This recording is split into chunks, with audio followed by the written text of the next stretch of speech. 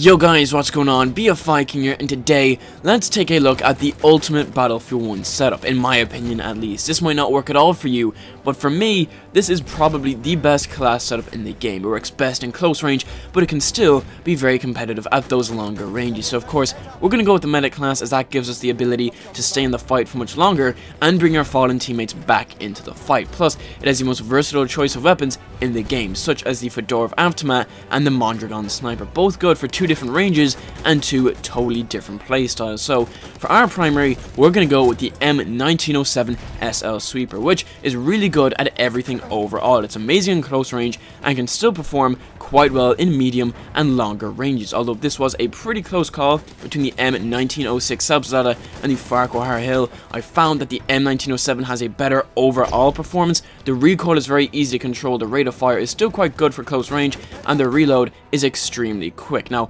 if you're going to be playing solely at longer ranges, I'd maybe recommend the Farquhar Hill or the Subzada over this, just because those guns are a little more suited towards long range engagements. As I mentioned previously, the medic pouch and the syringe will be our choice for this loadout, mainly to fulfill our role as a medic and to keep us in the fight for longer. Now, I would definitely recommend the bandage pouch over the medic crate, just because it is much faster to deploy and you can throw it at other people, meaning that if they're running away from you, you're not going to lose out on those points. Now, for those of you that watch me regularly, you're going to note that my secondary of choice will always be the M1911, not just because I like the gun, because it's simply the best secondary in the game. Sure, some pistols have a faster rate of fire, but then again, they lack damage, or vice versa, whereas the M1911 has a perfect balance of all of these things, just between everything, as it does extremely well in every situation, and that is what you need from a pistol.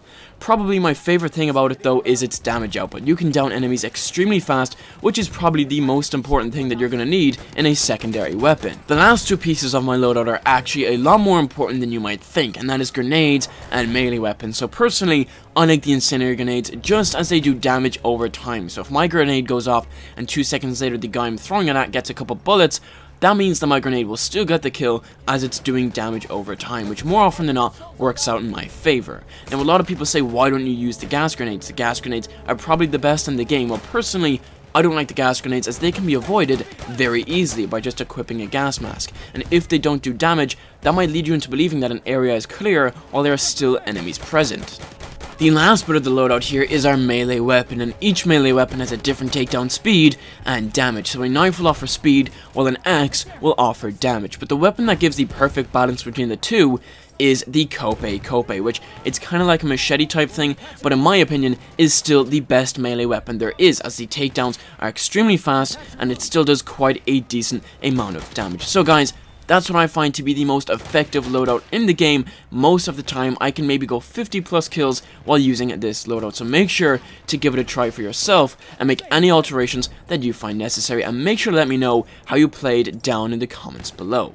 But anyways guys, that just about wraps it up for today's video. If you enjoyed, make sure to hit the like button and click that bell icon so you can stay up to date with all of the Battlefield 2018 news and updates. Anyways guys, thank you so much for watching. Hope you're having an awesome day, and I will see you in the next Battlefield video.